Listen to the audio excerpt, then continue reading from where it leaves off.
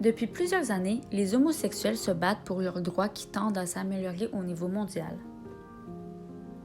Le Canada a même vu une forte augmentation de son nombre de couples homosexuels.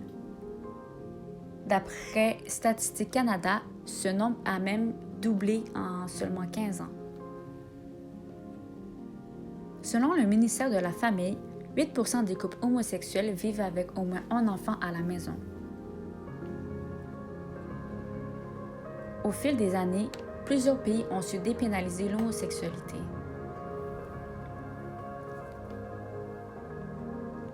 Malheureusement, ce n'est pas le cas pour tous les pays.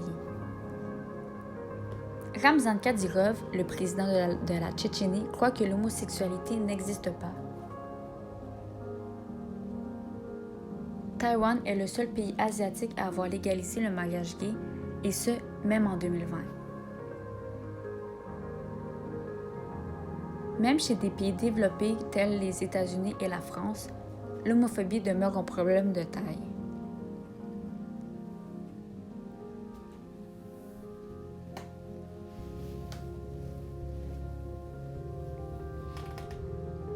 D'après Amnesty International, 40% des pays considèrent encore l'homosexualité comme un crime passible de prison, voire même de la peine de mort. Selon la Fondation Émergence, 57% des Canadiens disent avoir été témoins de propos homophobes sur Internet.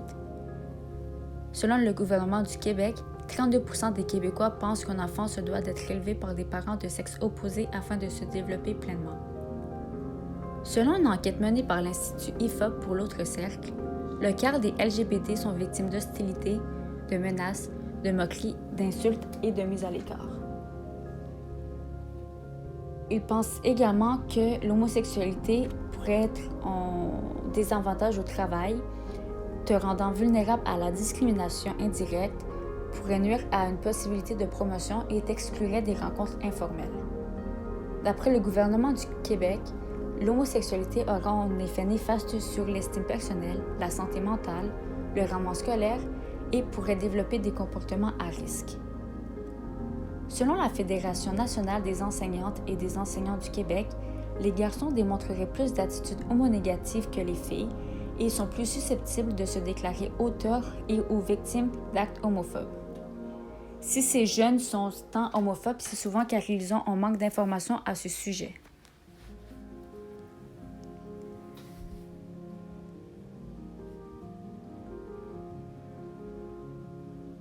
Selon IFOP, 10% des LGBT sont victimes de violences physiques et ou sexuelles.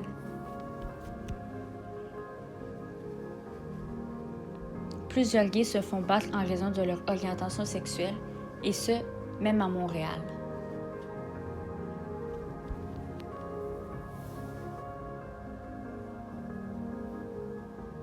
Certains décèdent suite aux blessures.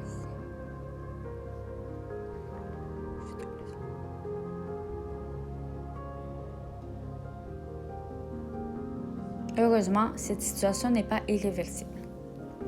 Je pense que le gouvernement pourrait instaurer une norme anti-homophobe, comme c'est le cas en Suisse, afin de décourager certains de poser des actes anti-gays. Je pense également que nous devrions sensibiliser dès un très jeune âge les enfants. Si l'enfant grandit en voyant l'homosexualité comme quelque chose de normal, je ne vois aucune raison pour que cet enfant devienne homophobe plus tard.